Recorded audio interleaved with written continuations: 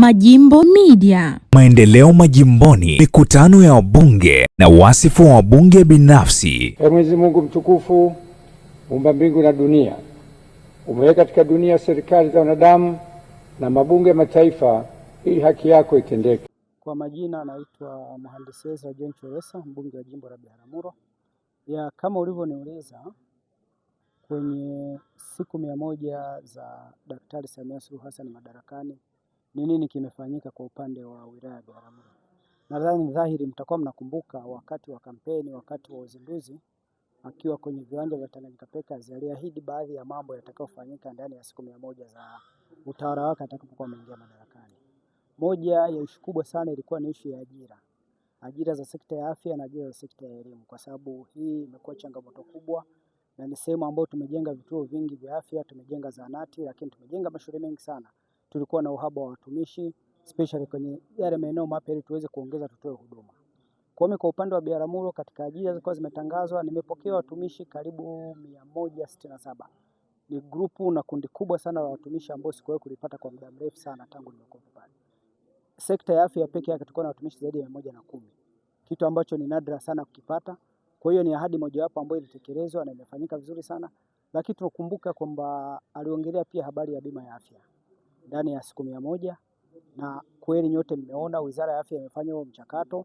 Sasa hivi tayari watu wako wanaandikisha, watu wameshaanza kuambiwa wajiorodheshe kila familia ya watu 6 kwa gharama ya shilingi 1,500,000. Lakini wako wale ambao hawana uwezo, ambao kikatiba serikali ilikubali kwa gharamia. Kwa wilaya ya Biharamulo pekee yake nadhani na watu zaidi ya 12,000 ambao watagharamikiwa na serikali bure bila kulipia chochote. Kwa hiyo unaweza ukaangalia Tanzania nzima watakuwa na watu wangapi kama Biharamulo pekee yake ni idadi hiyo. Kwa hiyo tunachoweza kusema ni kwamba mambo mengi ambayo aliyasema Daktari Samia Suluhu Hassan tumeyaona, kwa sababu miradi ya maji inaendelea. Tumeona habari ya miundombinu, barabara. Jana tulikuwa na road board hapa, nadhani mmeona ndio ambao tulikuwa tunaongea. Kuna baadhi ya miradi imeanza kutekelezeka ambao wakati ule tulisema kwamba watasaini baada ya uchaguzi.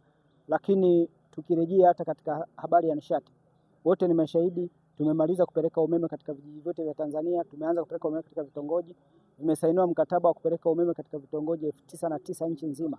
Na kwa upande wa Biharamulo tumepata nadhani vitongoji 67 kwa kati ya vitongoji vyote vilivyosainiwa nchi nzima. Kwa hiyo ni hatua kubwa ambayo imeanza kutekelezeka, lakini kikubwa tunachosema, mama yuko kazini, kazi zimeanza, zinaendelea, tuzidi kumuunga mkono. Na sasa tuko kwenye hatua nyingine ya kupitisha bajeti. Kama unavyoona leo tuna coach RCC hapa Bukoba, jana tulikuwa na road board, na baada ya hapa tutaelekea Dodoma kwa ajili ya kupitisha bajeti zote hizi ambazo tumezipitisha katika mkoa, ili hatimaye zirudi kwa wananchi ziweze kufanya kazi kuanzia mwezi wa 7 tarehe 1 baada ya bajeti kuu ya serikali kuwa imepitishwa na bunge mwezi wa 6. Nimeona hata juzi mwenyekiti wetu wa UVCCM mkoa alikuwa anazunguka na timu yake, wanazunguka mkoa mzima. Tunashukuru Mungu hata Mheshimiwa Rais aliona ile, ameunda wizara maalum ya vijana. Huyo waziri wa vijana alishakuja mkoa wa Kagera, ametembea huku. Zipo pesa ambazo ziko pale halmashauri. Nadhani ilikuwa ni issue sasa ya ule utaratibu ambao uliwekwa na serikali ili hatimaye zianze kuchukua na vijana waanze kukopa. Vikundi vipo na pesa ipo. Kwa hiyo ilikuwa ni mata kukamilisha mchakato, hatimaye shughuli ya mikopo ianze kuendelea kwa wale ambao walikuwa bado hawajapata, lakini wengine wameendelea kupata kutegemeana na wanavyokidhi vigezo ambavyo vimewekwa na serikali. Baada ya maneno hayo, naahirisha shughuli za bunge.